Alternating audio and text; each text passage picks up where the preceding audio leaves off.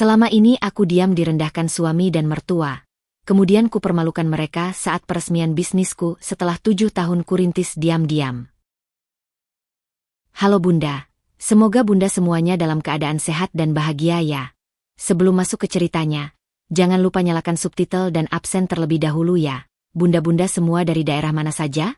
Jangan lupa like, komen, dan subscribe channel ini ya. Selamat menonton. Aku masih ingat hari pernikahanku dengan Mas Faris 7 tahun lalu. Saat itu, aku memakai gaun pengantin putih sederhana dengan riasan natural, sementara Faris tampak gagah dalam setelan jas hitamnya. Matanya berbinar ketika kami saling mengucapkan janji suci di depan penghulu. Saya terima nikahnya Dinda, ucapnya dengan suara tegas yang membuat hatiku berbunga-bunga. Saat itu, aku benar-benar percaya bahwa dialah pria yang akan membawaku menuju kehidupan bahagia. Setelah menikah, kami tinggal di rumah mertuaku di kawasan Menteng. Awalnya, Bu Lestari bersikap baik padaku. Namun, perlahan tapi pasti, sikapnya mulai berubah. Setiap kali ada acara keluarga, ia selalu membandingkanku dengan mantan istri Faris, Riana, yang kini menjadi pengusaha sukses. Dulu Riana itu pintar masak. Bisnisnya juga sudah jalan sejak muda, ujar Bu Lestari suatu hari sambil menyuap nasi ke mulutnya, matanya menyiratkan penghinaan halus. Aku hanya diam, mencoba tersenyum walau hatiku perih. Faris yang duduk di sampingku bahkan tak membela. Malah, ia menambahkan, "Iya, Dinda, kamu harus bisa kayak Riana. Jangan cuma diam aja di rumah." Padahal, aku sudah berusaha keras. Setiap pagi, aku bangun sebelum subuh untuk menyiapkan sarapan keluarga. Aku membersihkan rumah tanpa pembantu karena Faris bilang kami harus berhemat. Namun, semua pengorbananku seolah tak berarti di mata mereka. Suatu malam, saat aku sedang membereskan piring setelah makan malam, Bu Lestari tiba-tiba berkata, "Dinda, kamu udah 5 bulan nikah, kok belum hamil juga? Riana dulu cuma 3 bulan udah hamil." Aku terkejut, sampai sebuah piring terjatuh dan pecah. Faris yang sedang menonton TV langsung marah. "Dasar ceroboh. Kerjaan sehari-hari cuma di rumah aja. Masa ia nggak becus?" Air mataku menetes, tapi aku cepat menghapusnya sebelum mereka melihat. Malam itu, untuk pertama kalinya, aku meragukan pernikahanku. Tidur di sebelah suami yang dingin, aku berbisik pelan. Apa memang aku yang kurang baik? Atau mereka yang terlalu kejam? Di luar jendela, bulan bersinar redup, seakan turut berduka atas luka batin yang mulai menggerogoti hatiku.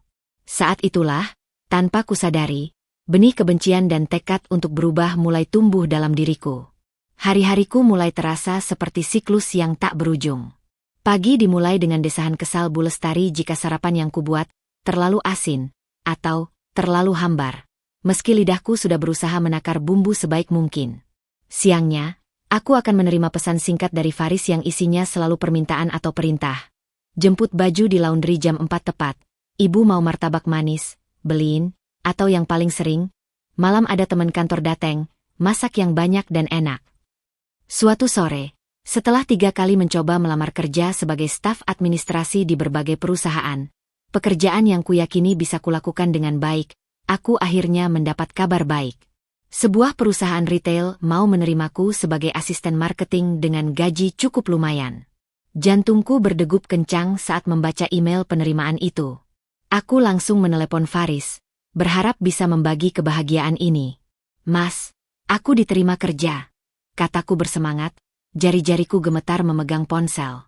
Dari seberang telepon, terdengar suara Faris yang sibuk berbicara dengan seseorang sebelum akhirnya menjawabku dengan nada datar. "Kerja? Ngapain kerja? Emangnya aku nggak bisa nafkahin kamu?" "Tapi, Mas."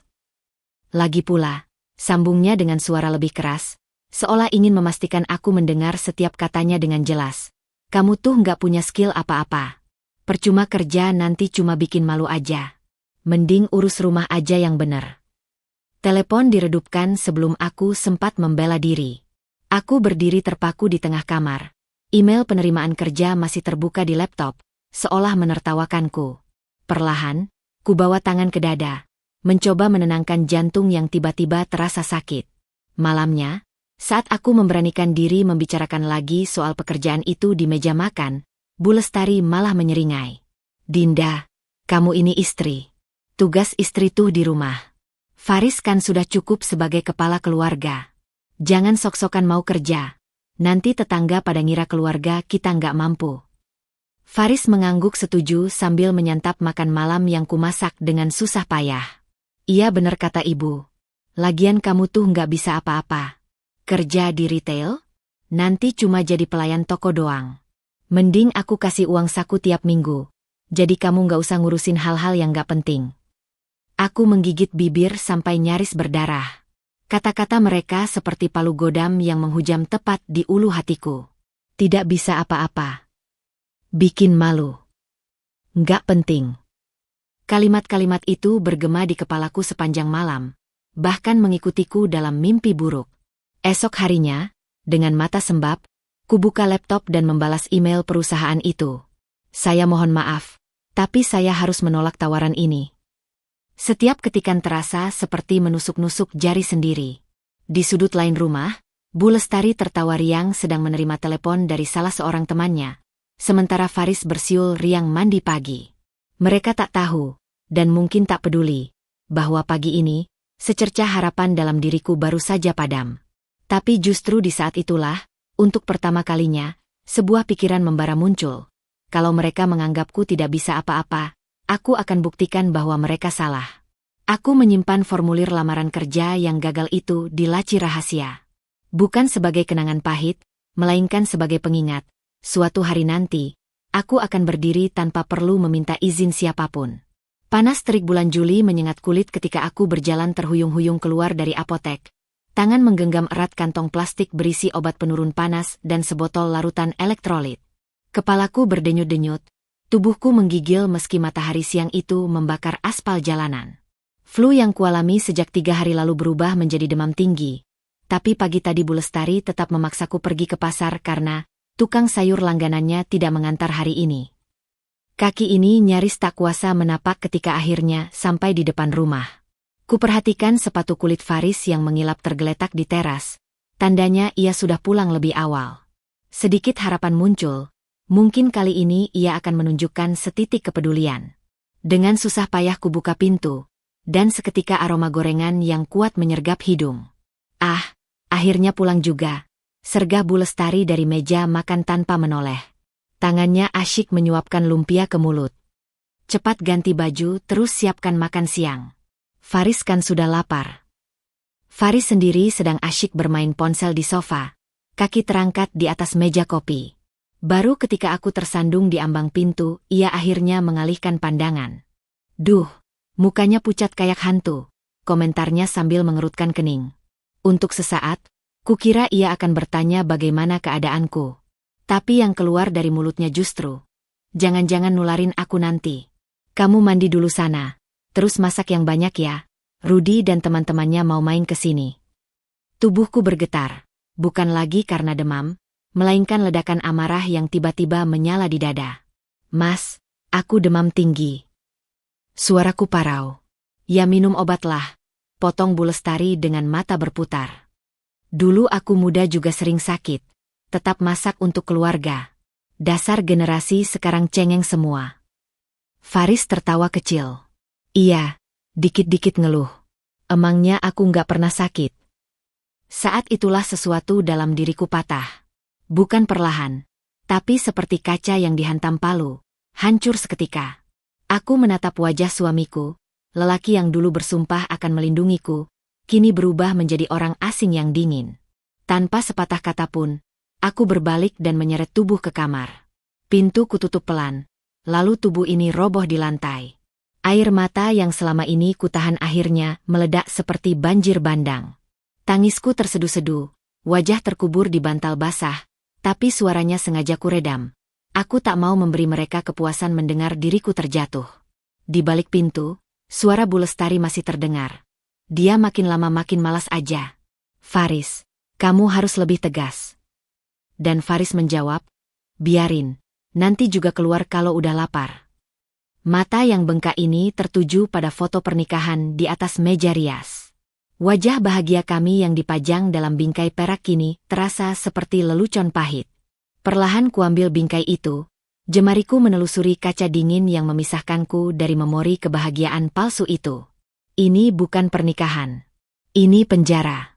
Suatu tekad membara muncul dari antara air mata. Aku menggapai ponsel di samping tempat tidur, membuka aplikasi bank dengan jari-jari yang masih gemetar. Tabungan rahasia yang kukumpulkan dari sisa belanja bulanan, yang selalu kusembunyikan karena Faris menganggap istri tak perlu punya uang sendiri, ternyata sudah mencapai angka yang cukup. Esok pagi, ketika mereka masih terlelap, aku akan mulai melangkah. Tak ada lagi air mata. Tak ada lagi penjelasan. Aku akan bangkit, diam-diam tapi pasti. Dan suatu hari nanti, mereka akan menyesal telah meremehkanku. Pagi itu, udara masih menggigit dingin ketika aku melangkah keluar rumah pukul 4.30, jauh sebelum matahari terbit. Faris masih terlelap dengan dengkuran beratnya. Satu tangan tergeletak di atas bantal yang kukosongkan perlahan. Aku sengaja memakai jaket biasa, bukan jaket mahal pemberian mertua yang selalu membuat mereka bertanya setiap kali aku keluar rumah. Di dalam tas selempang usang yang sudah kusembunyikan di balik lemari, tersembunyi tabungan rahasia sebesar 9 juta rupiah yang kukumpulkan selama setahun terakhir. Sedikit demi sedikit dari uang belanja yang kusisihkan, dari botol-botol bekas yang kukumpulkan diam-diam, dari beberapa orderan jahit kecil-kecilan yang kubuat untuk tetangga tanpa sepengetahuan keluarga. Angkot pertama yang kutumpangi masih sepi. Aku duduk di pojok, wajah setengah tersembunyi di balik masker, seolah-olah takut seseorang akan mengenaliku. Padahal siapa yang akan mengenali Dinda, si istri pendiam yang tak punya kehidupan di luar dapur dan cucian? Pikiran itu menyayat, tapi justru memberiku kekuatan. Pasar induk Ramat Jati sudah ramai ketika aku tiba. Aroma rempah-rempah, sayuran segar, dan daging-daging baru dipotong memenuhi udara. Aku berjalan melewati lorong-lorong sempit, menawar bahan-bahan terbaik dengan harga termurah. 2 kilo tepung terigu protein tinggi, 1 kilo gula pasir, telur-telur fresh, vanili bubuk asli, dan coklat blok premium. Semua masuk ke dalam tas besar yang kubawa. Bu Dinda pesen lagi ya besok. Tawar seorang pedagang mentega yang sudah kujadikan langganan diam-diam. Aku mengangguk sambil tersenyum kecil. Iya, Pak. Tapi tetap seperti biasa, ya.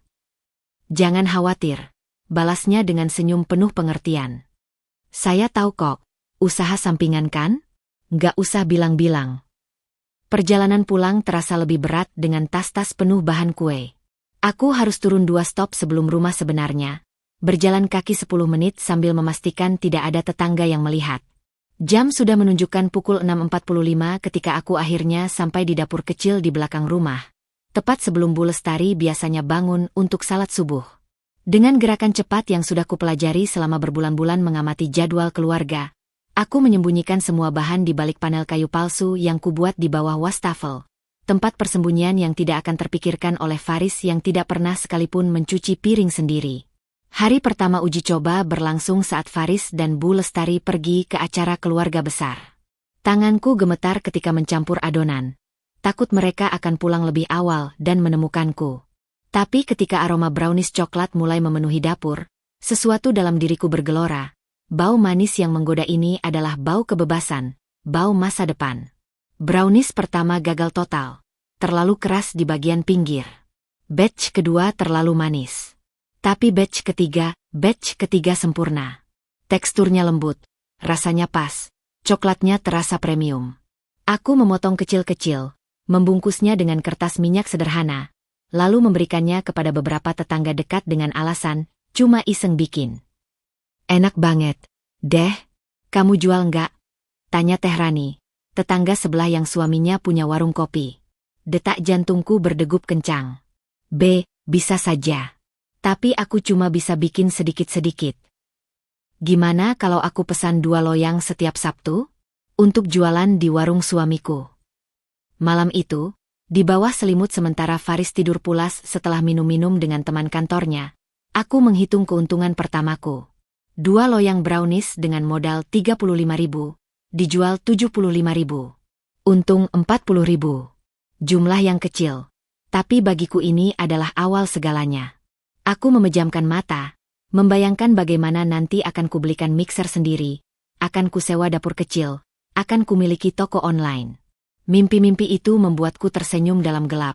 Senyum pertama yang tulus sejak lama. Tapi esok paginya, ketika Faris tanpa sengaja menemukan sebungkus kecil brownies sisa di tas kerjaku, ia hanya melengos. Jangan terlalu banyak makan manis, nanti gendut. Sudah gitu doang nilai jualnya. Aku hanya tersenyum sambil menyembunyikan buku catatan keuangan kecil di balik bantal kursi. Biarlah ia meremehkanku. Karena diam-diam, aku sedang membangun sesuatu yang suatu hari nanti akan membuatnya menyesal pernah merendahkanku. Jam dinding di ruang tamu menunjukkan pukul 10.37 ketika telepon genggamku bergetar untuk ketiga kalinya. Nama, Faris, berkedip di layar dengan nada dering yang semakin menusuk telinga. Aku menghela napas dalam-dalam sebelum akhirnya mengangkatnya, berusaha menahan gemetar di suaraku. Di mana kamu? Aku sudah telepon 3 kali. Suara Faris menggelegar dari seberang sana, penuh dengan nada hakim yang sudah terlalu akrab di telingaku. Maaf, Mas. Aku sedang ke pasar belanja sayur untuk makan siang. Jawabku sambil menekan tombol mute sejenak ketika seorang pelanggan setia mengangguk-angguk di depan stan kecilku di acara bazar UMKM ini. Pasar? Dari tadi pagi? Kamu pikir aku bodoh? Faris mendesis. Aku bisa membayangkan ekspresinya. Alis yang meruncing, bibir atas yang sedikit terangkat menunjukkan giginya. Ibu bilang kamu pergi sejak jam 8 pagi. Pasar mana yang sampai 4 jam? Keringat dingin mulai mengalir di punggungku. Stan brownies coklat premiumku yang sederhana tapi elegan telah menarik sedikit antrean. Beberapa pelanggan mulai melirik ke arahku dengan ekspresi bertanya-tanya. Ada diskon besar di supermarket. Mas, aku antre lama.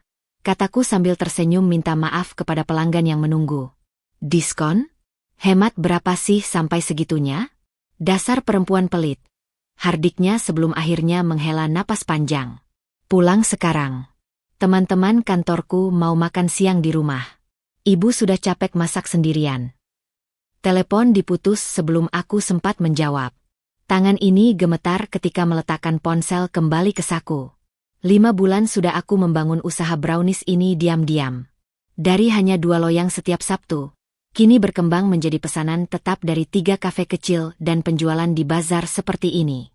Bu Dinda, apa semuanya baik-baik? Tanya Mbak Sari, teman stan sebelah yang menjual keripik singkong, matanya penuh keprihatinan. Aku mengangguk sambil berusaha tersenyum. Iya, hanya urusan rumah tangga. Dengan tangan terburu-buru, aku mulai membereskan stan. Brownies yang tersisa kubungkus rapi dan kuserahkan kepada Mbak Sari untuk dijualkan. Aku harus pulang mendadak. Tolong sisanya dijual ya, nanti aku bagi hasil besok. Perjalanan pulang terasa seperti mimpi buruk. Angkot yang kutumpangi macet total di depan pasar. Jam sudah menunjukkan pukul 11.52 ketika aku akhirnya tiba di depan rumah dengan tas belanja berisi sayuran yang sengaja kubeli di pasar tradisional sepulang dari bazar, sekedar untuk menjaga penampakan. Pintu terbuka sebelum sempat kuketuk. Wajah Bu Lestari yang merah padam menyambutku. Akhirnya pulang juga. Faris sudah marah-marah dari tadi. Aku bergegas masuk, langsung menuju dapur yang berantakan. 5 piring makan berisi sisa-sisa makanan berserakan di meja. Tanda bahwa tamu sudah pulang tanpa sempat kumasakan apapun. Kamu tadi kemana sebenarnya? Faris tiba-tiba muncul di ambang pintu dapur. Wajahnya masih merah oleh alkohol. Bau minuman keras menyengat dari napasnya. Ke pasar, Mas. Seperti yang kubilang. Jangan bohong, teriaknya tiba-tiba, membuatku terkejut hingga menjatuhkan sendok yang sedang kupegang. Tadi Rudi bilang lihat kamu di mall daerah Senayan. Jualan apa itu? Darahku seolah membeku. Rudi, teman kantor Faris yang paling sering datang ke rumah, ternyata melihatku. Aku berusaha tetap tenang, mengambil nafas dalam-dalam. Aku hanya membantu teman sebentar. Dia ada stand di sana. Kebetulan aku lewat setelah belanja. Faris mendekat dengan langkah tidak stabil. Matanya yang berkaca-kaca menatapku penuh kecurigaan. Kamu pikir aku percaya?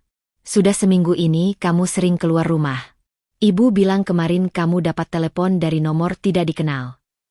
Tangan besarnya tiba-tiba mencengkeram pergelangan tanganku. Dengarkan baik-baik, Dinda. Kamu istriku. Tugasmu di sini, mengurus rumah dan ibuku. Bukan jualan kue seperti perempuan desperado. Air mata mulai menggenang di mataku, tapi kali ini bukan karena takut, melainkan amarah yang mendidih. Hanya membantu teman, Mas. Tidak ada yang salah dengan itu. Bohong. Ia menghempaskan tanganku hingga aku terhuyung ke belakang. Mulai besok, aku mau tahu kemana saja kamu pergi. Laporkan setiap jam.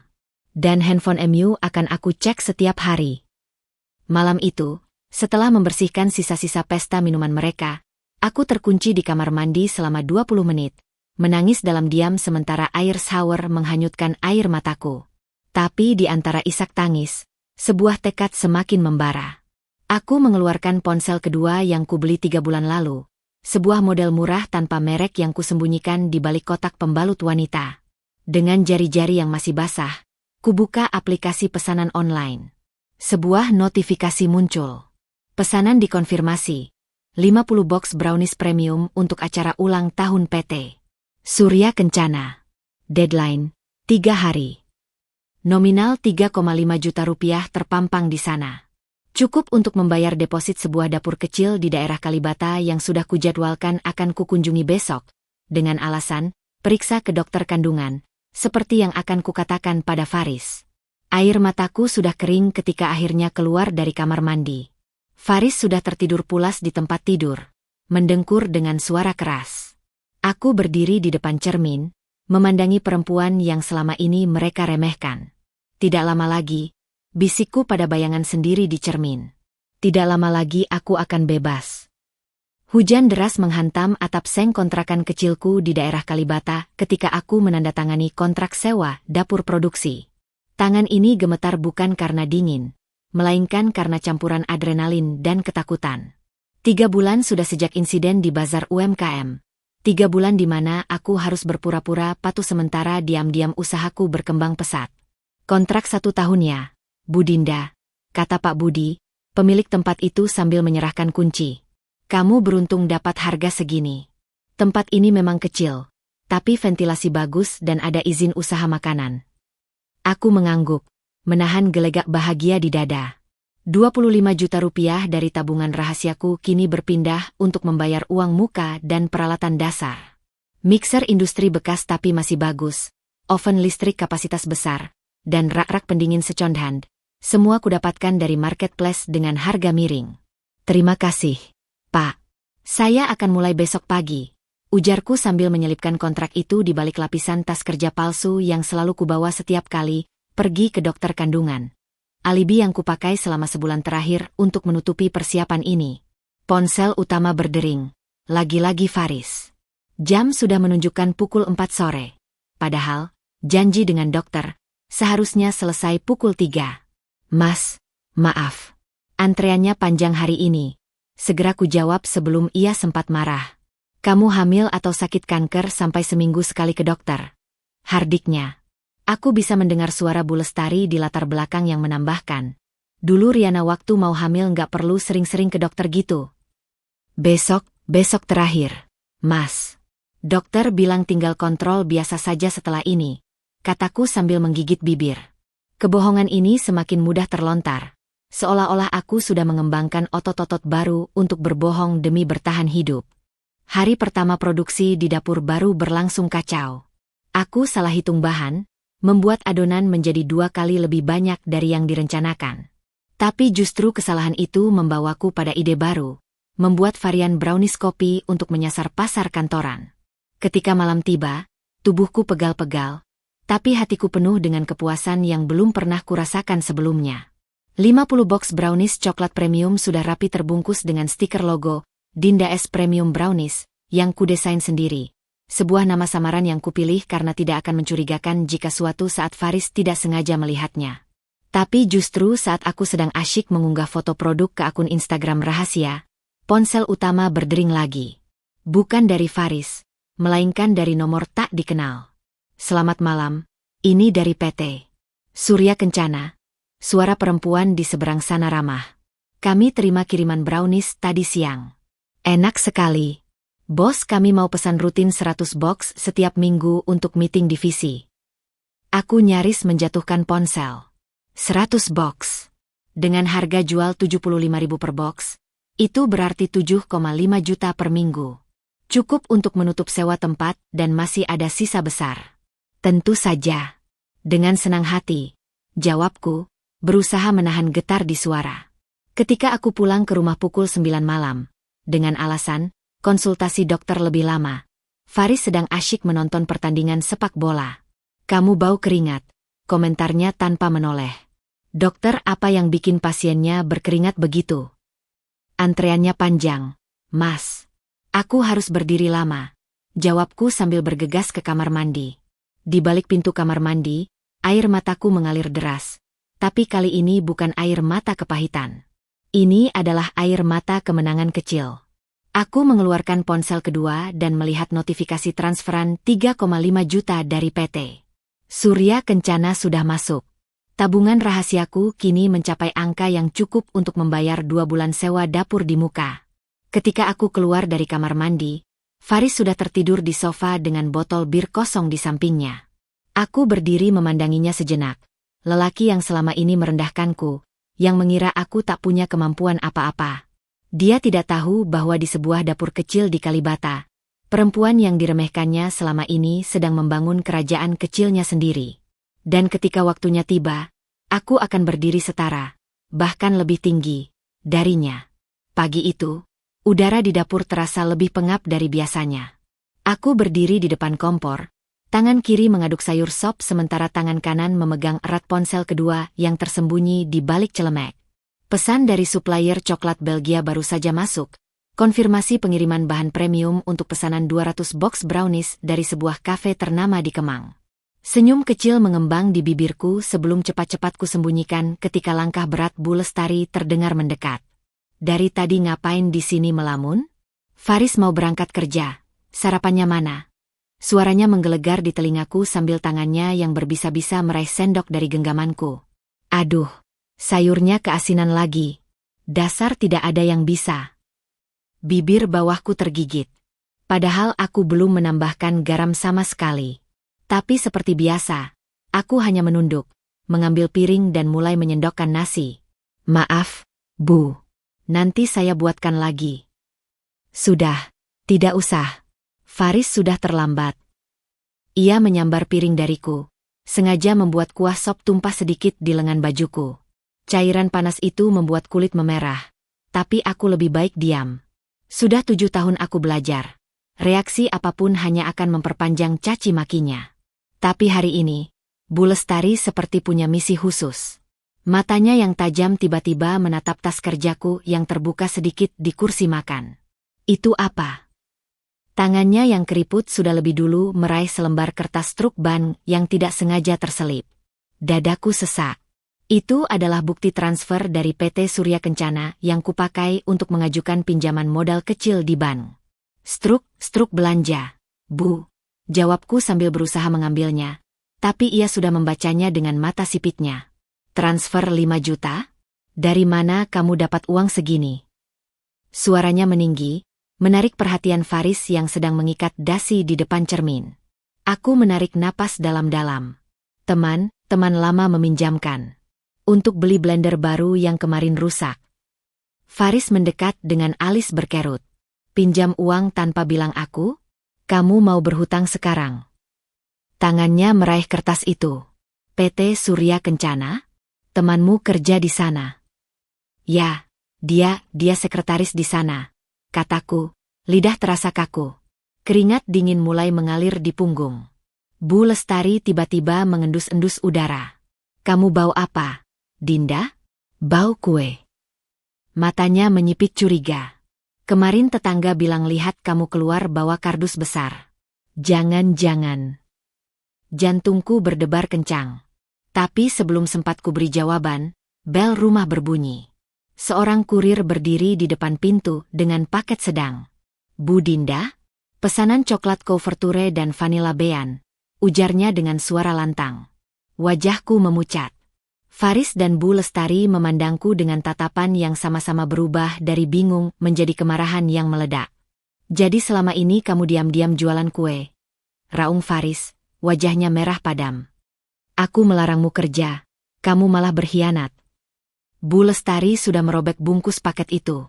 Lihat, coklat impor. Kamu pakai uang dari mana beli barang mewah begini? Aku berdiri tegak untuk pertama kalinya. Dari uang jerih payahku sendiri. Dari bisnis yang kubangun diam-diam karena kalian selalu merendahkan setiap usahaku. Faris menampar mejanya. Bisnis? Kamu pikir diri kamu siapa? Nanti malam kita bicara serius. Sekarang aku harus ke kantor dulu.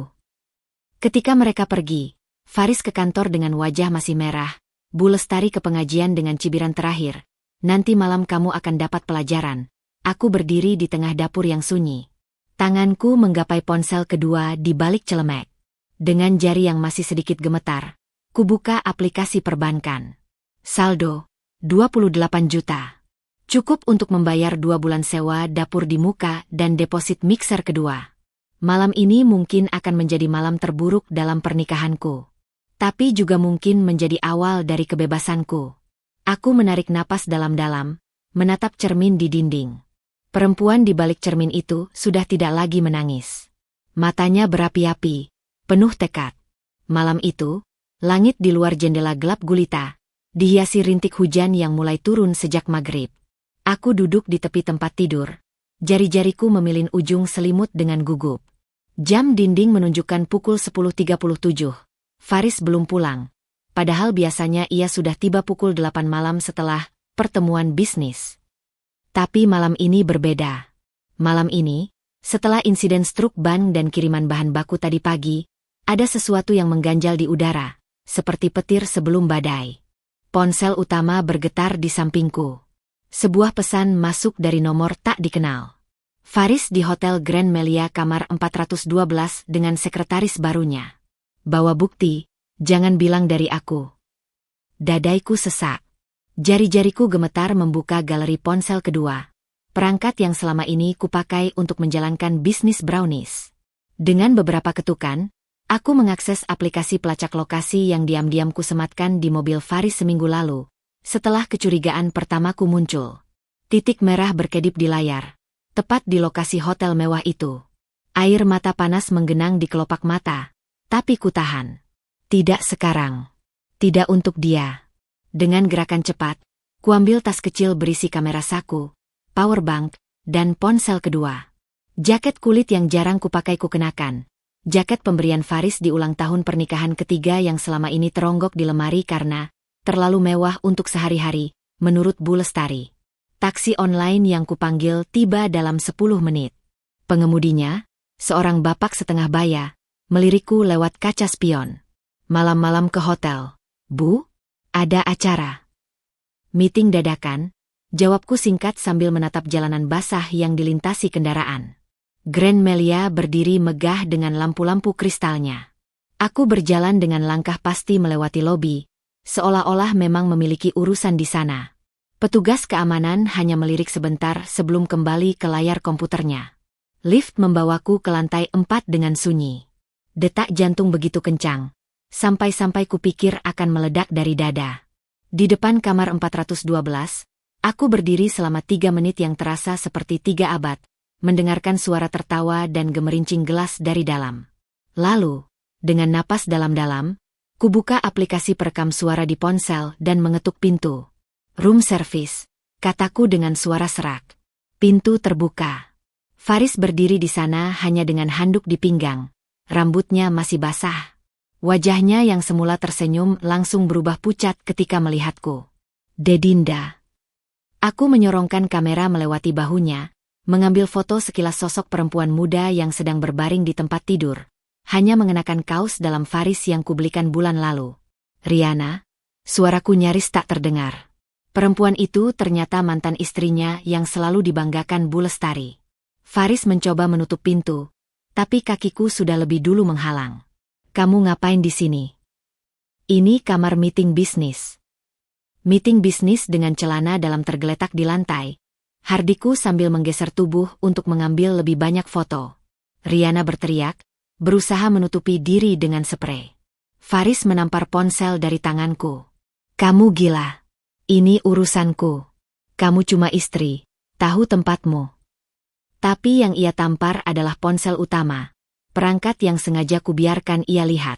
Ponsel kedua di saku jaket masih merekam setiap kata. Setiap raungan kemarahan Faris yang kini mengaku bahwa Riana adalah rekan bisnis yang sedang membantunya mendapatkan investor. Aku memungut ponsel yang jatuh, berpura-pura menangis. Aku pulang dulu. Kita bicara besok. Tapi begitu lift menutup, air mataku langsung kering. Di taksi pulang, kubuka rekaman tadi. Suara Faris yang mengataiku, istri tak berguna. Dan Riana yang menjawab, nanti aku yang urus dia, terdengar jelas. Sesampainya di rumah, Bu Lestari sudah menungguku di ruang tamu dengan wajah masam. Kemana kamu malam-malam? Hardiknya. Aku melepas jaket dengan tenang. Mencari anak ibu di hotel. Dengan Riana. Wajahnya berubah pucat, lalu merah padam. Dusta. Faris anak soleh. Kamu yang tidak bisa menjaga suami sampai dia cari pelarian. Tanpa sepatah kata pun, kuputar rekaman suara dari ponsel. Suara Faris dan Riana yang mesum terdengar jelas di ruangan sunyi itu. Bu Lestari terduduk. Mulutnya terbuka tutup seperti ikan di darat. Besok, kataku dengan suara dingin yang bahkan membuatku sendiri merinding. Kita akan bicara tentang cerai. Malam itu, untuk pertama kalinya dalam 7 tahun pernikahan, aku tidur di kamar tamu. Dengan ponsel penuh bukti pengkhianatan dan hati yang sudah terlalu keras untuk menangis. Pagi itu, sinar matahari terasa berbeda ketika menyentuh kulitku. Aku berdiri di depan lemari besar di kamar tidur kami, yang mulai hari ini akan menjadi kamar tidur Faris saja. Tanganku dengan stabil melipat baju-baju dan menatanya ke dalam koper besar. Tidak ada lagi tangan gemetar, tidak ada lagi air mata yang jatuh. Bahkan ketika foto pernikahan kami yang dulu kusimpan dengan hati-hati sekarang kumatikan ke dalam kotak sampah rasanya, seperti membuang tumpukan kertas biasa. Faris berdiri di ambang pintu, wajahnya masih merah dari pertengkaran tadi malam. Kamu benar-benar mau pergi? Setelah semua yang aku berikan. Aku mengangkat satu alis sambil terus mengemas. Apa yang kau berikan, Mas? Janji-janji kosong? Ejekan? Atau mungkin pengkhianatan? Dia menghempaskan tubuhnya ke kursi rias. Itu cuma kesalahan kecil. Semua suami pasti pernah selingkuh. Kali ini aku benar-benar tertawa. Tertawa getir yang keluar dari dasar jiwa yang sudah terlalu lelah. Kau dengar sendiri apa yang baru kau katakan. Kulempar sepasang sepatu hak tinggi ke dalam koper. 7 tahun aku hidup dalam bayang-bayangmu dan ibumu. 7 tahun mendengar betapa tidak bergunanya aku. Tapi lihat sekarang. Aku mengeluarkan ponsel kedua dan membuka aplikasi perbankan. Dalam 6 bulan terakhir, bisnis Brownies menghasilkan rata-rata 15 juta per bulan. Itu baru permulaan. Matanya membelalak. Itu uang haram. Pasti kau dapat dari laki-laki lain. Kali ini aku tidak membalas. Biarlah dia tenggelam dalam kebodohannya sendiri. Koper sudah hampir penuh ketika Bu Lestari tiba-tiba menyergap masuk. Wajahnya pucat. Kamu tidak boleh pergi. Siapa yang akan mengurus rumah ini? Faris tidak bisa hidup tanpamu. Aku mengunci koper dengan klik yang tegas. Ada Riana, Bu. Menurut ibu, dia lebih baik dari aku dalam segala hal, kan? Kontrakan kecil di daerah Pancoran sudah menungguku. Tempat itu mungkin hanya 4x5 meter. Tapi itu adalah istanaku. 2 hari sebelumnya, sudah kusewa sebuah dapur produksi kecil di lantai dasar gedung yang sama. Langkah strategis untuk memisahkan tempat tinggal dan tempat kerja. Ketika taksi yang kutumpangi mulai menjauh dari rumah mewah itu, dadaku terasa lapang untuk pertama kalinya dalam bertahun-tahun. Ponselku berdering. Sebuah panggilan dari nomor tak dikenal. Bu Dinda? Saya Andi dari PT Surya Kencana. Kami tertarik menjadikan brownies Anda sebagai oleh-oleh resmi perusahaan. Butuh 500 box per bulan. Apa bisa nego harga? Senandung kecil keluar dari bibirku sambil menatap pemandangan kota yang mulai tergelap. Bisa sekali, Pak Andi. Saya akan email penawarannya besok pagi. Malam pertama di kontrakanku dihabiskan dengan duduk di lantai. Kursi dan meja makan belum sempat kubeli, sambil menatap spreadsheet di laptop. Bisnis brownies premiumku sudah memiliki 15 pelanggan tetap, 3 di antaranya perusahaan besar. Dengan pesanan PT Surya Kencana, omzetku akan mencapai 30 juta per bulan. Sebuah pesan masuk di ponsel lama. Faris, pulanglah. Aku minta maaf. Jempolku menghapus pesan itu tanpa membacanya sampai selesai. Di luar jendela, bulan purnama bersinar terang, seolah tersenyum padaku. Malam ini, untuk pertama kalinya sejak menikah, aku tidur dengan senyuman asli, bukan senyum palsu yang kupaksakan selama ini. Besok akan menjadi hari pertama hidup baruku. Dan aku siap menghadapinya dengan kepala tegak. Angin pagi berhembus kencang menerpa wajahku saat aku berdiri di depan gerbang rumah kontrakan yang baru kutinggali selama seminggu ini. Tangan kiriku memegang erat setumpuk dokumen pengajuan pinjaman bank, sementara tangan kanan mengunci pintu dengan hati-hati. Kontrakan sederhana ini mungkin hanya seluas 30 meter persegi, tapi setiap sudutnya terasa lebih hangat dan lebih damai daripada rumah mewah yang pernah kutinggali bersama Faris dan Bu Lestari. Ponselku berdering. Sebuah nomor tak dikenal. Dinda? Ini Ibu Rina dari majalah Femina. Suara perempuan di seberang sana terdengar ramah. Kami tertarik membuat feature tentang sukses story bisnismu. Bisakah kita bertemu minggu depan? Hatiku berdegup kencang. Femina? Majalah ternama yang dulu sering kubaca diam-diam karena Faris menganggap bacaan seperti itu tidak berguna untuk istri? Tentu, Bu. Dengan senang hati, jawabku sambil menahan senyum lebar. Tapi senyum itu segera memudar ketika aku melihat sosok yang tak kukunjungi sudah lama berdiri di ujung jalan. Faris, dengan wajah masam dan mata berkantung seperti belum tidur berhari-hari. Dia mengenakan kemeja yang sama 3 hari berturut-turut, kusut dan berbau alkohol. Dinda, suaranya serak saat menghampiriku. Aku minta maaf. Tanganku mengenceng cengkeraman pada tas berisi dokumen. Maaf untuk apa, Mas? Untuk selingkuh? Atau untuk 7 tahun menyiksaku? Dia menggeleng, tangannya mencoba meraih tanganku tapi kuhindari. Aku sudah putus dengan Riana. Ibu juga kangen. Rumah berantakan tanpa kamu. Aku memandangnya lama. Lelaki yang dulu kukagumi, sekarang berdiri di hadapanku seperti bayangan dari masa lalu yang suram. Aku sudah tidak peduli dengan rumah itu, Mas. Aku punya hidupku sendiri sekarang. Matanya menyipit. Hidup apa? Tinggal di kontrakan kumuh ini? Jualan kue keliling? Dinda, sadarlah. Sebelum dia menyelesaikan kalimatnya, sebuah mobil van hitam berhenti di depan kami. Seorang pria muda turun dengan seragam perusahaan logistik ternama. Bu Dinda? Pengiriman bahan baku untuk pesanan 500 box brownies PT Surya Kencana, ujarnya sambil menyerahkan dokumen pengiriman. Faris terbelalak. PT Surya Kencana? Itu klien besar perusahaan kami. Aku menerima dokumen itu dengan senyum tipis. Oh, jadi Mas kenal? Mereka memang klien setiaku sekarang. Pesan rutin setiap bulan. Wajahnya memucat ketika melihat jumlah di dokumen itu. 30 juta. Per bulan, ku selesaikan kalimatnya sambil menandatangani dokumen. Dan bulan depan mungkin naik jadi 50 juta. Mereka mau expand ke cabang Bandung. Faris berdiri terpaku seperti patung ketika aku meminta kurir itu, menunggu sebentar sambil aku masuk ke dalam kontrakan untuk mengambil dompet. Dari jendela, kulihat dia memandangi sekeliling kontrakanku yang sederhana tapi rapi. Lalu melihat lagi dokumen pengiriman di tangannya dengan ekspresi yang tak bisa kuidentifikasi, antara terkejut, malu, dan marah. Ketika aku keluar sambil memberikan tip untuk kurir, Faris tiba-tiba mengeluarkan suara yang hampir seperti tercekik. Dinda, kita bisa kerja sama. Aku bisa bantu develop bisnismu. Aku punya koneksi. Tidak, terima kasih. Potongku dengan suara yang lebih tegas dari yang kuduga. Aku sudah belajar satu hal. Segala sesuatu yang kau sentuh akan kau hancurkan, Mas. Termasuk aku dulu. Ku berbalik dan berjalan menuju taksi yang sudah kupesan sebelumnya.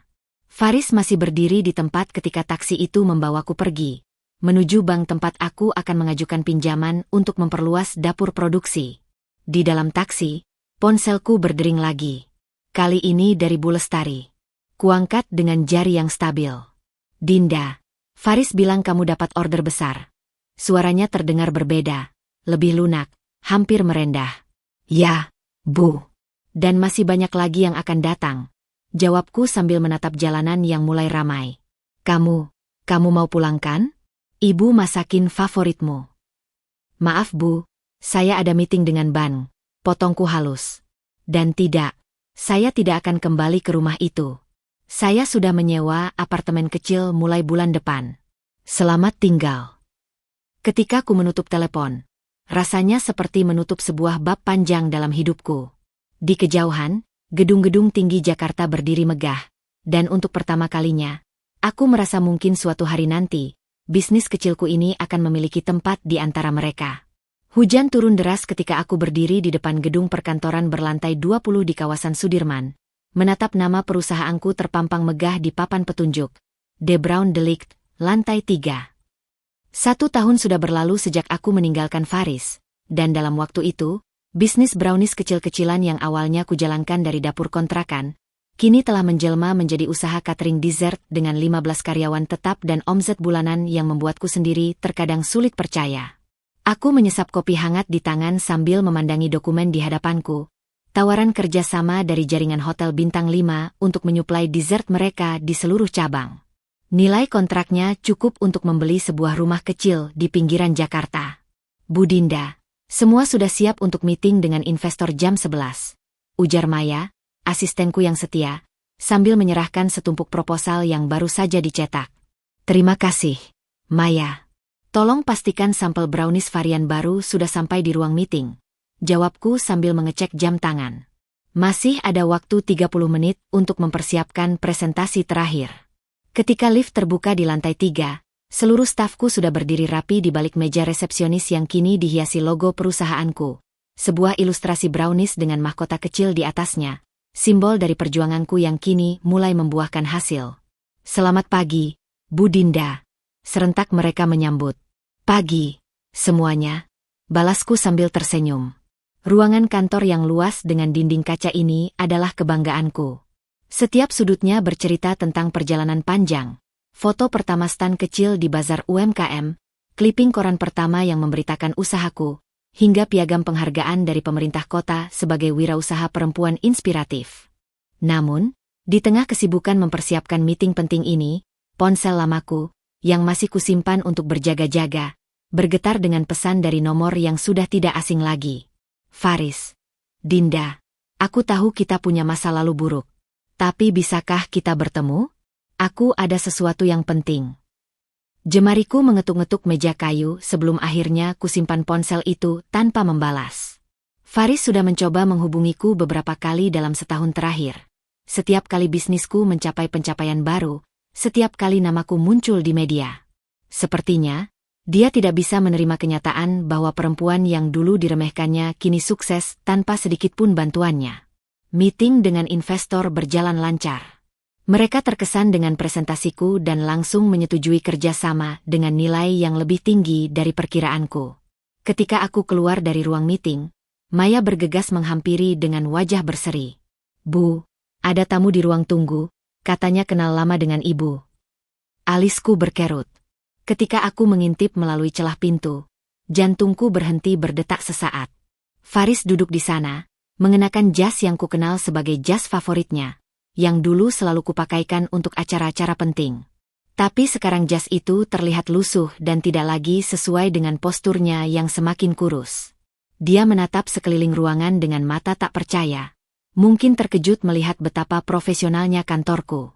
Ketika pandangannya akhirnya bertemu dengan milikku, dia tersenyum. Senyum yang dulu bisa melelehkan hatiku, tapi sekarang hanya meninggalkan rasa hampa. Aku menarik napas dalam-dalam sebelum akhirnya membuka pintu sepenuhnya. Apapun yang ingin dikatakannya, aku siap mendengarnya. Tapi kali ini, sebagai perempuan mandiri yang berdiri setara, bukan lagi sebagai istri yang tunduk. Udara di ruang tunggu kantorku tiba-tiba terasa lebih pengap ketika aku berdiri di ambang pintu, menatap Faris yang kini duduk dengan postur tidak seperti biasanya. bahunya yang dulu selalu tegak sekarang agak membungkuk, seolah menanggung beban yang tak terlihat. Matanya yang mengikuti setiap gerakanku masih memiliki sorot yang kukenal. Tapi sekarang lebih redup, seperti api yang mulai kehabisan bahan bakar. "Masuklah," ujarku dengan suara datar. Lebih mirip tuan rumah yang menerima klien daripada mantan istri yang bertemu suaminya. Faris mengangguk dan berdiri. Tangannya yang gemetar sedikit menyentuh dasi yang ternyata tidak lagi lurus sempurna seperti dulu selalu kuperhatikan. Kantormu bagus," gumamnya sambil melirik sekeliling ruangan dengan tatapan yang sulit kubaca, antara kagum dan iri. Aku mengarahkannya ke ruang meeting kecil di ujung koridor, sambil memberi isyarat pada Maya untuk tidak mengganggu. Ketika pintu tertutup, aku duduk di kursi di seberangnya, menjaga jarak aman dengan meja kayu solid di antara kami. "Apa yang bisa kubantu, Mas?" tanyaku langsung pada inti, jemari mengetuk-ngetuk permukaan meja dengan ritme yang sengaja kubuat stabil. Faris menghela napas panjang sebelum membuka tas kulitnya yang sudah mulai terlihat usang. Aku butuh bantuanmu, Dinda." Tangannya mengeluarkan setumpuk dokumen yang langsung kukenali. Laporan keuangan perusahaan keluarganya. Angka-angka merah terpampang di mana-mana. Dengan catatan, disita, di bagian aset utama. "Kami bangkrut," ujarnya. Suaranya pecah di tengah kalimat. "Investor terbesar menarik dana, proyek-proyek macet, dan sekarang bank akan menyita rumah orang tuaku." Aku memelototi dokumen itu tanpa menyentuhnya, seperti sedang menatap seekor ular berbisa. "Dan kenapa kau datang kepadaku?" Matanya yang merah mulai berkaca-kaca. Kau kenal banyak orang sekarang. Pemilik PT Surya Kencana adalah klien utamamu. Mereka bisa membantu." "Tidak." Potongku tegas sebelum dia menyelesaikan kalimat. "Aku tidak akan menggunakan koneksiku untuk menyelamatkan bisnismu yang korup." Wajah Faris memerah. "Korup? Kami hanya kurang beruntung." "Kurang beruntung." Aku mengeluarkan ponselku dan membuka sebuah file.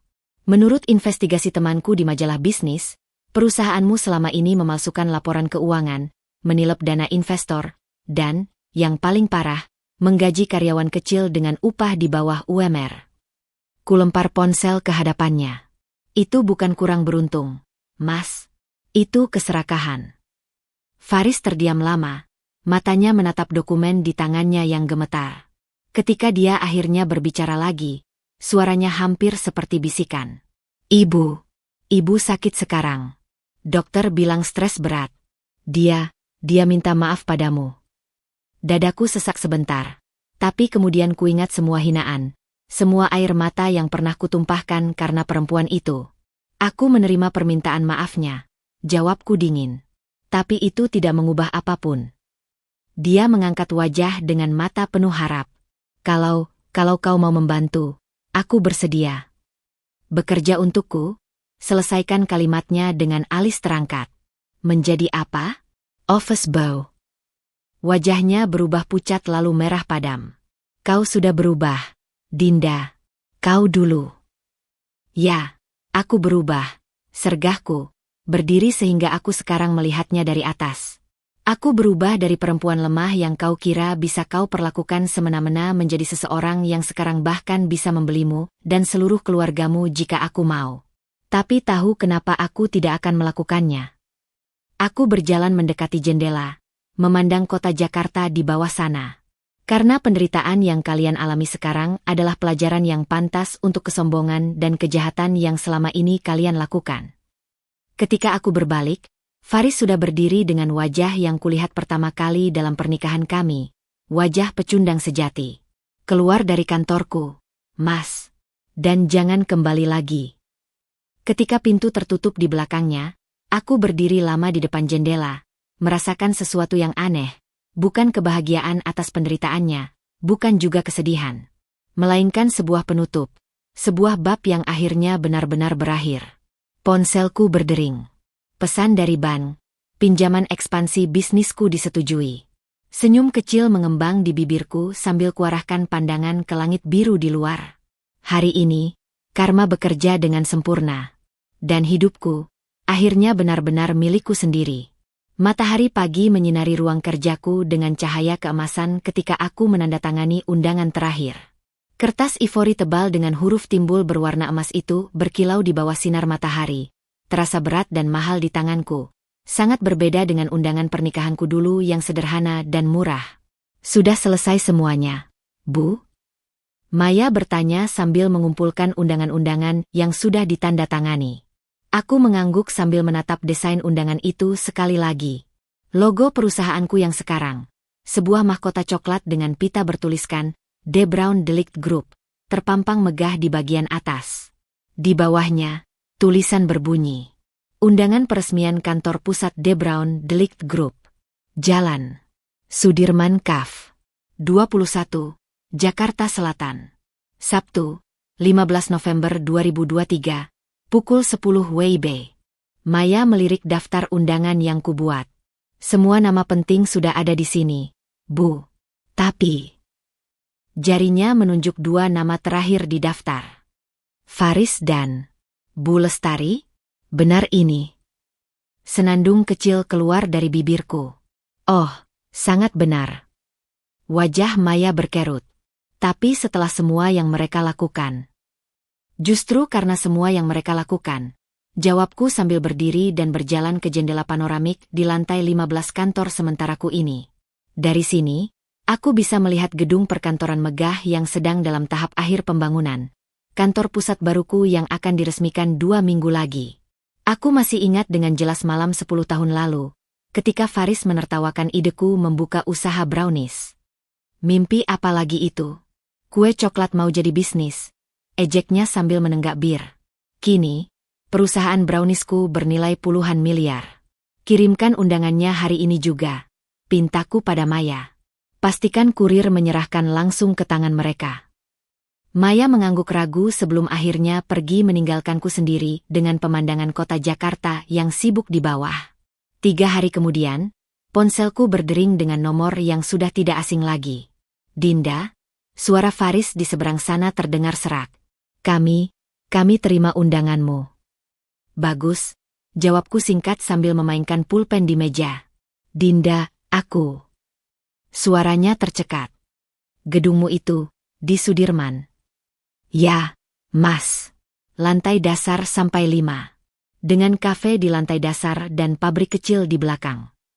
Aku sengaja menambahkan, dengan view ke arah gedung lama perusahaan keluargamu yang sekarang sudah disita bank. Dia terdiam lama. Aku bisa mendengar tarikan napasnya yang berat. Kamu ingin kami datang hanya untuk menghinaku, ya? Aku tersenyum sendiri. Oh tidak, Mas. Aku ingin kalian datang karena kalian adalah bagian dari perjalananku. Tanpa sikap merendahkan kalian dulu, mungkin aku tidak akan sekeras ini berjuang. Kami tidak punya baju yang pantas untuk acara seperti itu, bisiknya. Suaranya hampir seperti anak kecil. Datang saja apa adanya. Mas, seperti dulu kalian menerima aku yang tidak punya kemampuan apa-apa. Jawabku sebelum menutup telepon. Di meja kerjaku, ada satu dokumen lagi yang menungguku. Surat perjanjian pembelian sebuah villa kecil di puncak atas nama ibuku. Villa yang akan kujadikan tempat pensiunnya. Jauh dari ingatan tentang mertua yang dulu selalu merendahkannya. Jemariku mengetuk-ngetuk dokumen itu sambil menatap foto di meja. Potret terakhirku dan ibuku sebelum dia meninggal. Diambil seminggu sebelum pernikahanku dengan Faris. Tenanglah, Bu. Anakmu sudah bisa membalas semua itu dengan cara yang paling indah. Bisikku pada foto itu. Ponselku berdering lagi. Kali ini dari direktur bank yang selama ini mendanai ekspansi bisnisku. Bu Dinda, saya dengar acara peresmiannya akan meriah sekali? Bahwa ada pengumuman spesial. Aku tersenyum. Oh iya, Pak. Sangat spesial. Pagi hari peresmian kantor, langit Jakarta cerah dengan warna biru yang jarang terlihat di musim penghujan. Aku berdiri di depan cermin panjang di ruang persiapan, menatap sosok perempuan dalam balutan gaun pantai warna krem sederhana namun elegan. Rambut yang dulu selalu aku ikat rapi sekarang terurai alami dengan highlight coklat keemasan. Jatuh lembut di bahu. Make upku minimalis. Cukup untuk menonjolkan garis wajahku yang kini lebih tajam setelah 2 tahun berjuang sendiri. Bu Dinda, tamu VIP sudah mulai datang. lapor Maya yang masuk dengan tablet di tangan. Tapi, Faris dan ibunya sudah ada di lobi sejak 30 menit yang lalu. Aku menarik napas dalam-dalam sambil merapikan anting mutiaraku. Biarkan mereka menunggu. Pastikan mereka dapat tempat di barisan depan. Ketika aku akhirnya turun ke lobi, suara riuh rendah tamu yang sedang menikmati hidangan dari prasmanan langsung berubah menjadi tepuk tangan meriah. Aku menyapa beberapa tamu penting, direktur bank, beberapa CEO perusahaan klien, bahkan ada wartawan dari majalah bisnis ternama. Dan di sana, di barisan depan seperti yang kuperintahkan, berdiri Faris dan Bu Lestari dengan pakaian yang jelas-jelas adalah pakaian terbaik mereka, tapi tetap terlihat kuno dibandingkan dengan para tamu lainnya. Faris memakai jas abu-abu yang terlihat sesak di bagian lengan, sementara Bu Lestari mengenakan kebaya yang mungkin terakhir dipakai di acara pernikahanku dulu. Wajah mereka berdua adalah perpaduan antara kagum dan malu ketika melihat sekeliling. Lobi marmer dengan chandelier kristal, dinding-dinding yang dipajangi foto-foto perjalanan bisnisku, dan yang paling menyakitkan bagi mereka, plakat besar bertuliskan, The Brown Delict Group, nilai aset 78 miliar rupiah, di dekat pintu masuk. Dinda. Faris mencoba menyapaku ketika aku lewat di dekatnya. Aku berpura-pura tidak mendengar, terus berjalan ke panggung sambil menyapa tamu-tamu lainnya. Mikrofon sudah menungguku di atas panggung yang dihiasi bunga-bunga segar. Selamat pagi dan terima kasih atas kehadiran Bapak Ibu sekalian. Awalku dengan suara yang jelas menggelegar di seluruh ruangan. Hari ini adalah hari yang sangat spesial bagi saya pribadi. Mataku sengaja mencari Faris dan Bu Lestari di kerumunan. Mereka berdiri kaku, Faris dengan wajah pucat dan Bu Lestari dengan tangan yang gemetar memegang tas tua kesayangannya. 7 tahun lalu, lanjutku, saya memulai bisnis ini dari dapur kontrakan kecil dengan modal Rp500.000 dan banyak sekali keraguan. Suaraku bergetar sedikit, tapi bukan karena gugup, melainkan karena emosi yang tertahan. Banyak orang meragukan saya, bahkan yang terdekat sekalipun.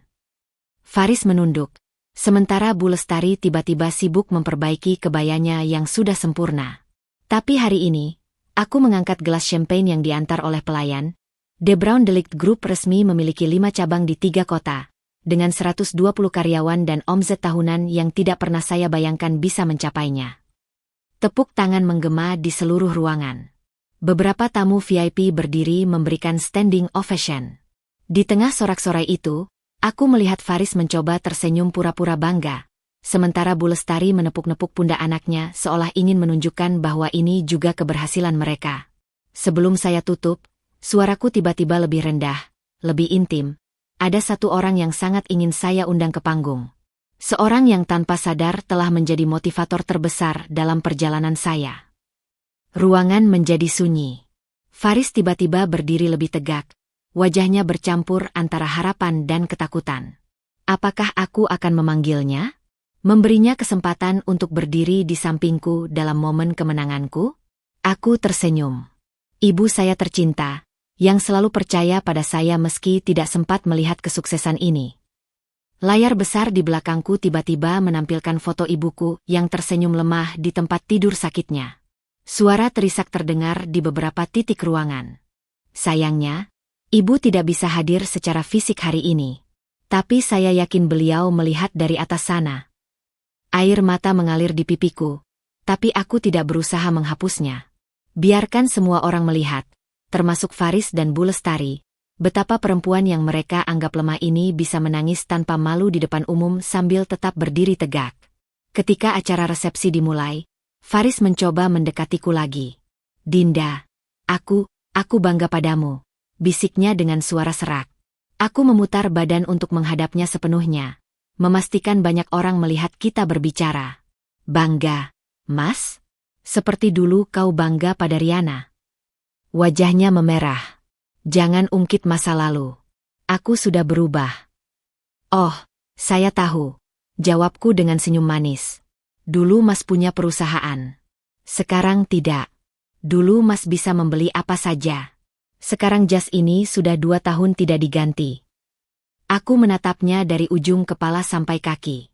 Ya, Mas memang sudah berubah. Bu Lestari tiba-tiba menyela. Matanya berkaca-kaca. Dinda, kita keluarga. Apa salahnya saling memaafkan? Aku mengangkat gelas champagneku lagi. Silakan nikmati hidangan, Bu. Brownies di meja prasmanan itu resep khusus. Sama seperti yang dulu selalu Bu Lestari kritik karena terlalu manis. Ketika aku berbalik meninggalkan mereka, aku mendengar suara Bu Lestari berbisik pada Faris. Dia benar-benar tidak seperti dulu lagi. Dan itulah yang paling memuaskan. Mereka menyadari bahwa perempuan yang mereka remehkan itu kini berada di posisi yang tidak akan pernah bisa mereka capai. Suasana di ballroom Grand Hyatt begitu semarak. Cahaya kristal dari chandelier besar memantulkan kilau di atas gelas-gelas champagne yang saling bersentuhan. Aku berdiri di tengah panggung, memandang sekitar 200 pasang mata yang menantikan lanjutan sambutanku. Di barisan depan, Faris dan Bu Lestari duduk dengan postur kaku. Wajah mereka campuran antara bangga palsu dan iri yang tak tersembunyi. Sebelum acara ini berakhir, suaraku lantang mengisi ruangan. Ada satu pengumuman penting yang ingin saya sampaikan. Jemariku gemetar sedikit saat membuka amplop coklat di atas podium. Bukan karena gugup, tapi karena antisipasi akan momen yang telah lama kurencanakan. Setahun lalu, ketika De Braun de Ligt meraih omzet pertama 50 miliar, lanjutku sambil menatap langsung ke arah Faris. Saya membuat janji pada diri sendiri. Jika perusahaan ini bisa mencapai 100 miliar sebelum peringatan 2 tahun kemerdekaan saya dari pernikahan yang merendahkan. Desis kecil terdengar dari beberapa tamu. Faris mengerutkan kening, mungkin baru menyadari bahwa acara ini bukan sekadar peresmian biasa. Aku mengeluarkan selembar dokumen dari amplop. Hari ini, dengan bangga saya umumkan bahwa De Braun de Ligt resmi mengakuisisi 51% saham PT Surya Kencana, perusahaan yang menjadi klien pertama sekaligus mantan perusahaan tempat Faris bekerja. Gemuruh tepuk tangan memenuhi ruangan. Beberapa orang bahkan berdiri. Tapi yang paling memuaskan adalah ekspresi Faris yang seketika pucat pasi, seperti melihat hantu. PT Surya Kencana adalah perusahaan yang dulu selalu dibanggakannya, tempat ia merasa paling berharga. Dan sebagai pemilik baru, suaraku tegas di tengah keheningan yang tiba-tiba terjadi. Saya memutuskan untuk membubarkan divisi tempat Faris dulu bekerja. Divisi yang selama ini dikenal sebagai sarang korupsi dan pelecehan seksual. Bu Lestari terbatuk-batuk, wajahnya merah padam. Faris bangkit dari kursinya, tapi langsung didorong kembali oleh petugas keamanan yang sudah kupersiapkan. "Kamu gila!" teriaknya, suaranya parau. "Itu divisi terbaikku." "Tidak lagi," jawabku dingin. "Seperti kata Mas dulu, yang tidak berkinerja harus dihapuskan. Bukankah begitu prinsip bisnis yang Mas ajarkan padaku?" Aku melanjutkan dengan suara yang lebih tenang namun penuh wibawa. "Tapi saya bukan orang kejam. Faris, saya tawarkan pekerjaan sebagai office boy di kantor cabang kami di Cibubur. Gajinya cukup untuk membayar kontrakanmu yang sekarang." Tawa beberapa tamu pecah. Jurnalis dari majalah bisnis sibuk memotret ekspresi hancur Faris. Bu Lestari menangis terseduh-seduh, mungkin menyadari bahwa inilah akhir dari semua impiannya tentang menantu sempurna. "Dan untuk Ibu Lestari," lanjutku, "saya sediakan 1 paket brownies khusus setiap minggu. Siapa tahu bisa dijual di komplek perumahan untuk menambah penghasilan." Aku turun dari panggung diiringi standing ovation. Faris mencoba menghampiri, tapi dihalangi oleh para tamu yang berbaris ingin berbincang denganku. "Dinda, kamu tidak bisa mempermalukanku seperti ini," teriaknya dari kejauhan. Seorang direktur bank yang berdiri di sampingku berbisik, "Menurut saya, mereka yang mempermalukan diri sendiri, Bu Dinda." Aku tersenyum, menyerahkan dokumen akuisisi lengkap pada asistenku. Malam ini, setelah bertahun-tahun menderita, akhirnya aku berdiri sebagai pemenang. Dan kemenangan terbaik adalah ketika mereka yang pernah merendahkanmu harus menyaksikan kesuksesanmu, sambil menelan ludah pahit kekalahan mereka sendiri. Suara riuh rendah ballroom seketika berubah menjadi senyap yang memekakan ketika aku melangkah turun dari panggung. Seluruh mata tertuju pada Faris yang berdiri kaku di tengah jalan. Wajahnya yang biasanya tampan kini memerah seperti udang rebus, urat lehernya menegang seolah siap pecah. Tangannya yang menggenggam gelas champagne gemetar hebat hingga cairan di dalamnya tumpah membasahi karpet merah. Kamu tidak bisa melakukan ini." Suaranya melengking tinggi, tidak seperti biasanya. Aku adalah wakil direktur di sana. Aku punya reputasi. Aku berhenti beberapa langkah darinya, dengan tenang menyerahkan mikrofon kepada petugas acara. Di sekeliling kami, tamu-tamu undangan membentuk lingkaran diam, beberapa mengangkat ponsel untuk merekam, yang lain berbisik-bisik dengan mata berbinar penuh antisipasi. Reputasi? Aku mengulangi perlahan, sengaja membuat suaraku terdengar jelas oleh semua orang. Seperti reputasimu yang tidur dengan sekretaris sambil menilep dana perusahaan? Atau reputasimu yang memaksa karyawan bawahannya bekerja lembur tanpa bayaran? Dia seperti ditampar. Mulutnya terbuka tutup seperti ikan di darat, matanya liar melihat ke sekeliling seakan mencari pertolongan. Tapi tidak ada yang berpihak padanya. Bahkan Bu Lestari yang biasanya selalu membelanya kini hanya duduk terdiam, wajahnya tertutup kedua tangan. Seorang pria berjas abu-abu, yang kukenal sebagai Direktur Utama PT Surya Kencana, tiba-tiba maju ke depan. Saya bisa konfirmasi apa yang dikatakan Ibu Dinda. Faris sudah lama menjadi masalah di perusahaan kami. Hanya karena hubungan keluarganya dengan komisaris, dia tidak pernah dipecat. Faris terlihat seperti akan pingsan. Pak Joko saya. Tapi sekarang, sambung Pak Joko dengan senyum tipis, dengan Ibu Dinda sebagai pemegang saham mayoritas, kami akhirnya bisa membersihkan perusahaan dari unsur-unsur tidak sehat. Tepuk tangan spontan pecah di seluruh ruangan. Faris berdiri terpaku, keringat dingin mengalir deras di pelipisnya. Aku bisa melihat matanya yang mulai berkaca-kaca, air mata kemarahan, bukan penyesalan. Dinda, suaranya tiba-tiba menjadi rendah, hanya cukup untuk kudengar. Tolong jangan lakukan ini di depan umum. Aku punya hutang ke banyak orang. Jika aku kehilangan pekerjaan. Aku melangkah lebih dekat, hingga hanya ada jarak 30 cm antara kami. Seperti waktu kau mengumumkan perselingkuhanmu di depan keluargaku dulu? Atau ketika kau menertawakan usahaku di depan teman-temanmu? Bisikku balik. Kau suka mempermalukan orang di depan umum, kan? Sekarang rasakan bagaimana rasanya. Dia menarik napas pendek, seperti orang yang baru saja ditinju di ulu hati. Tiba-tiba, tanpa peringatan, tangannya yang besar mengayun ke arahku. Beberapa orang menjerit. Tapi petugas keamanan yang sudah berjaga di dekatku lebih cepat. 2 orang besar menahan lengannya dengan gerakan profesional. Tuan Faris, ujar salah satunya dengan suara datar, Anda lebih baik pergi sekarang. Faris meronta seperti anak kecil mengamuk. Ini tidak adil. Dia cuma perempuan. Dia tidak tahu apa-apa tentang bisnis. Semua ini pasti ada laki-laki di belakangnya. Suara histerisnya menggema di seluruh ballroom. Beberapa tamu mulai tertawa sinis. Seorang wanita parubaya berbisik cukup keras. Dulu istri direndahkan, sekarang pengusaha sukses masih dianggap tidak mampu. Klasik. Aku tidak berkata apa-apa. Hanya berdiri diam sambil menikmati setiap detik kejatuhannya. Ketika akhirnya Faris diseret keluar oleh petugas keamanan, dengan Bu Lestari mengekor sambil menangis terseduh-seduh, aku mengangkat gelas champagneku kepada semua tamu. Untuk awal baru, seruku. Untuk awal baru. Seluruh ruangan bergema, gelas-gelas diangkat tinggi. Di luar, aku bisa mendengar teriakan Faris yang semakin menjauh. Kamu akan menyesal, Dinda. Tidak ada perempuan yang bisa sukses tanpa laki-laki. Tapi teriakannya tenggelam dalam sorak-sorai dan musik yang kembali mengisi ballroom. Seorang investor mendekatiku sambil tersenyum. Bu Dinda, saya tertarik berinvestasi lebih banyak di perusahaan Anda. Tertarik ekspansi ke Singapura. Aku tersenyum lebar. Tentu saja, Pak. Mari kita bicara. Malam itu, ketika semua tamu sudah pulang, aku berdiri sendirian di balkon hotel, menatap gemerlap lampu Jakarta. Ponselku berdering. Pesan dari bank tentang transfer dana akuisisi yang sudah masuk. Nominalnya cukup untuk membeli 3 rumah mewah seperti yang dulu kutinggali bersama Faris.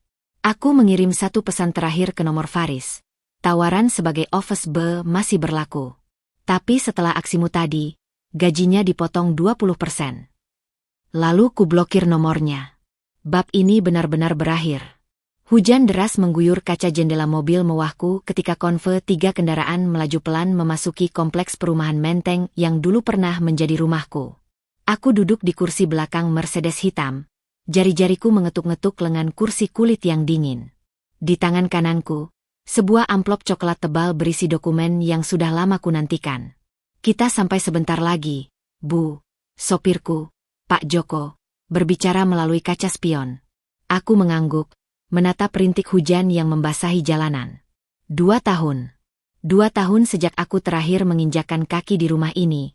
Rumah yang dulu menjadi penjaraku. Mobil berhenti di depan gerbang besi hitam yang masih sama. Taman yang dulu selalu kupelihara sekarang terlihat liar dan tak terurus. Beberapa genting di atap sudah pecah. Aku tidak perlu menekan bel. Gerbang itu terbuka sendiri dengan enggan, seolah mengenaliku. Tunggu di sini, bisikku pada tim hukum dan keamanan yang mengikutiku. Langkahku mantap menyusuri jalan setapak yang basah. Aku masih ingat setiap batu, setiap belokan. Rumah ini mungkin megah, tapi sekarang terasa begitu kecil dibandingkan pencapaianku. Ketika aku mengetuk pintu utama, butuh waktu lama sebelum seseorang membukanya. Dan di sana, berdiri Bu Lestari. Wanita yang dulu selalu sempurna kini tampak 10 tahun lebih tua. Rambutnya yang dulu selalu rapi kini acak-acakan. Mata sayu dengan lingkaran hitam tebal. Ia mengenakan daster lusuh yang aku ingat pernah dibelinya di pasar loak. Dinda, suaranya serak, matanya berkedip-kedip tak percaya. Aku datang untuk urusan bisnis, Bu, kataku singkat, tidak berniat menyapa lebih dari itu. Rumah itu berbau apek dan obat-obatan. Foto-foto keluarga yang dulu dipajang dengan bangga sekarang berdebu. Di ruang tamu, aku melihat Faris terduduk di sofa yang sudah lapuk. Wajahnya sembab, botol bir kosong di tangannya. Kamu datang untuk apa? Faris berdiri tak stabil. Bau alkohol menyengat dari napasnya. Aku meletakkan amplop di atas meja kayu mahogani yang dulu selalu Bu Lestari bangga-banggakan. Surat pemberitahuan pengosongan rumah. Menurut catatan bank, besok adalah batas akhir kalian sebelum rumah ini disita. Bu Lestari menjerit kecil, tubuhnya gemetar. Tidak. Ini rumah keluarga kami selama 30 tahun. Dan sekarang milik bank, jawabku dingin. Tapi tenang, aku sudah membelinya. Kedua pasang mata mereka terbuka lebar. Aku akan mengembalikan uangmu. Faris tiba-tiba bersemangat, tangannya mencoba meraih tanganku. Berikan aku pekerjaan di perusahaanmu. Aku bisa. Tidak, potongku tegas. Aku membeli rumah ini untuk dirobohkan. Keheningan yang pecah kemudian begitu memuaskan. Bu Lestari jatuh berlutut, air matanya mengalir deras. Kamu tega menghancurkan kenangan keluarga kami? Kenangan pernikahanmu sendiri. Aku berjalan ke jendela, melihat ke arah taman belakang. Kenangan apa, Bu? Kenangan di mana aku dicaci setiap hari? Di mana kalian menganggapku sampah? Kutarik napas dalam. Aku akan membangun panti asuhan di sini. Untuk anak-anak perempuan yang tidak punya keluarga. Supaya mereka tidak pernah merasakan apa yang kurasakan. Faris tiba-tiba marah, melemparkan botol bir ke dinding. Kamu pikir kamu suci? Kamu cuma perempuan kesepian yang dendam. Aku tersenyum, mengeluarkan kunci dari tas. Kunci kontrakan di Cibubur. Ukuran 3x4 meter. Lebih besar dari dapur tempat aku memulai bisnismu. Kulempar kunci itu ke hadapannya. Selamat tinggal, Mas. Ketika aku berbalik meninggalkan rumah itu untuk terakhir kalinya, aku mendengar suara Bu Lestari terisak-isak. Kita salah tentang dia, Nak. Kita benar-benar salah. Tapi sudah terlambat. Mobilku melaju meninggalkan masa lalu yang akhirnya kalah.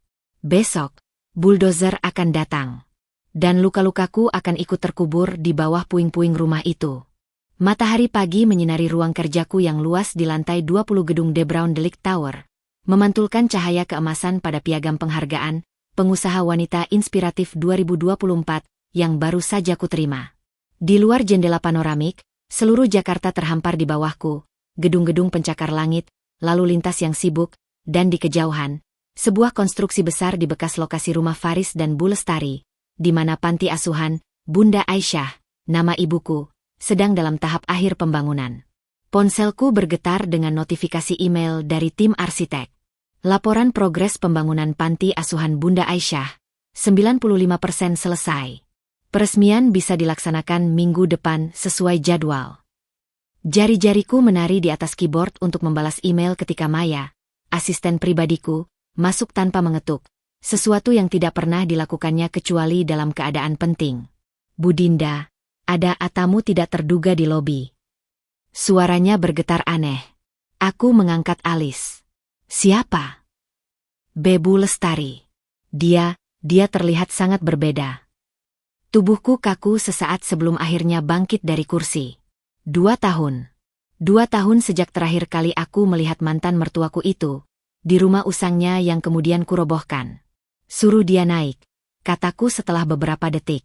Ketika lift terbuka, yang muncul adalah sosok yang nyaris tak bisa kukenali.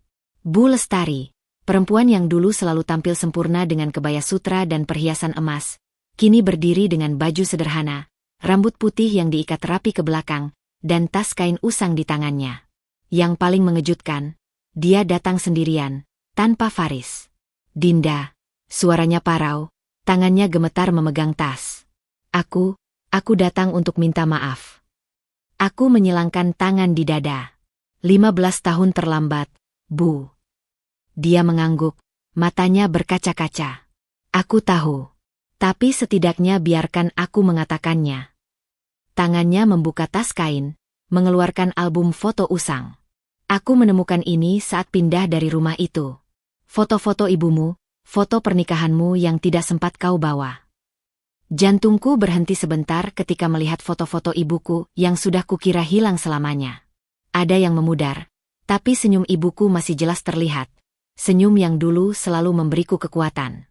Aku menyimpannya karena iri, bisik Bu Lestari. Air mata mengalir di pipinya yang keriput. Aku iri melihat betapa tulusnya cintamu pada ibumu. Sedangkan Faris, dia hanya mencintaiku karena uang dan warisan. Aku menarik napas dalam. Di mana Faris sekarang? Wajahnya berkerut. Entah. Dia pergi setelah rumah dijual, meninggalkan aku di kontrakan kumuh. 6 bulan lalu, aku dengar dia bekerja sebagai sopir taksi online. Ironi yang sempurna. Faris yang dulu selalu merendahkan pekerjaan kecil, sekarang menjalaninya. Bu Lestari melanjutkan dengan suara hampir tak terdengar. Aku sakit, Dinda. Dokter bilang tidak lama lagi. Tangannya mengeluarkan surat dokter dari tas. Diagnosa kanker stadium akhir. Ruangan terasa sangat sunyi. Aku tidak mengharapkan apa-apa, katanya. Hanya ingin meminta maaf sebelum terlambat. Dan ingin melihat panti asuhan yang kau bangun. Aku dengar kau beri nama seperti ibumu. Aku menatap perempuan tua di hadapanku, perempuan yang dulu menjadi monster dalam mimpiku, sekarang hanya seorang nenek sakit yang penuh penyesalan. Besok panti diresmikan, kataku akhirnya. Kau boleh datang. Tapi bukan sebagai tamu kehormatan. Sebagai saksi. Dia mengangguk, air matanya jatuh ke album foto di pangkuannya. Terima kasih. Ketika lift menutup setelah kepergiannya, aku berdiri lama di depan jendela, memandang kota yang telah menjadi saksi perjalananku. Dari istri yang direndahkan, menjadi pengusaha sukses. Dari korban, menjadi penyelamat bagi anak-anak yang terluka seperti dulu. Ponselku berdering, panggilan dari direktur panti. Bu Dinda, semua sudah siap untuk besok. 20 anak pertama sudah datang. Ada seorang gadis kecil yang sangat mirip dengan foto ibumu di ruang tamu. Namanya Aisyah juga. Air mata mengalir di pipiku, tapi kali ini air mata yang berbeda. Bukan air mata kepahitan, melainkan air mata penyembuhan. Besok, ketika panti itu diresmikan, sebuah lingkaran akan tertutup.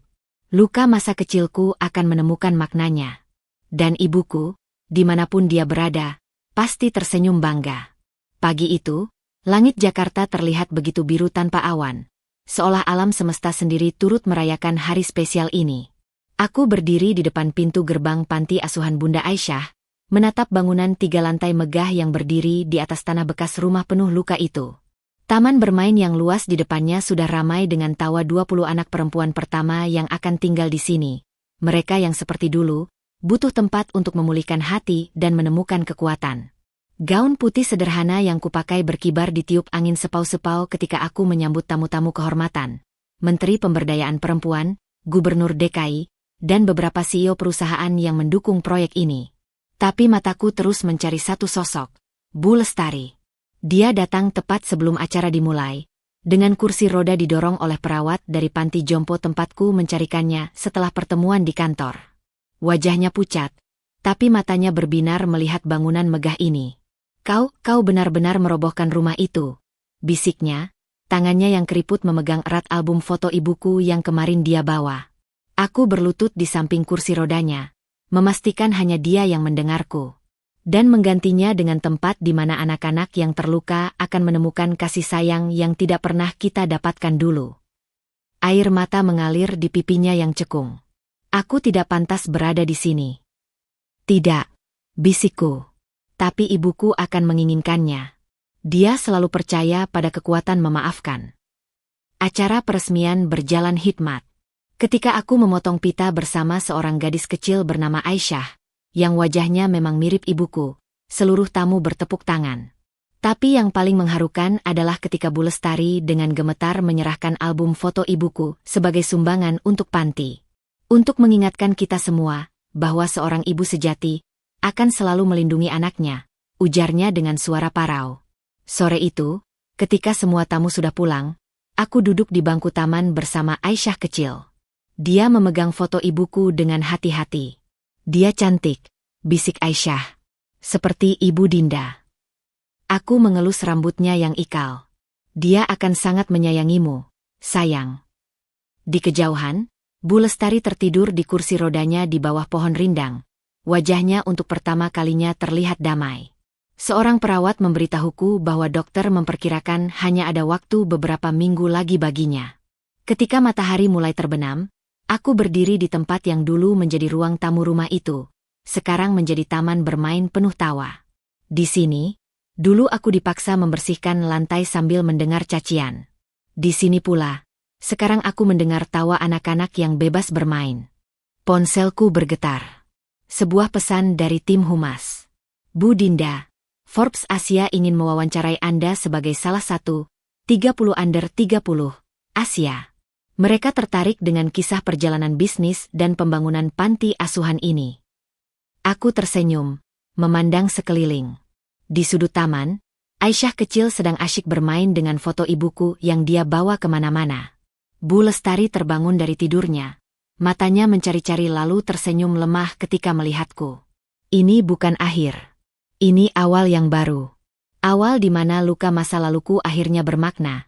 Melindungi anak-anak yang seperti dulu, memberi mereka rumah yang tidak pernah kumiliki, dan membuktikan bahwa dari penderitaan, bisa tumbuh kebaikan yang abadi. Dan untuk pertama kalinya dalam hidupku, aku benar-benar bahagia.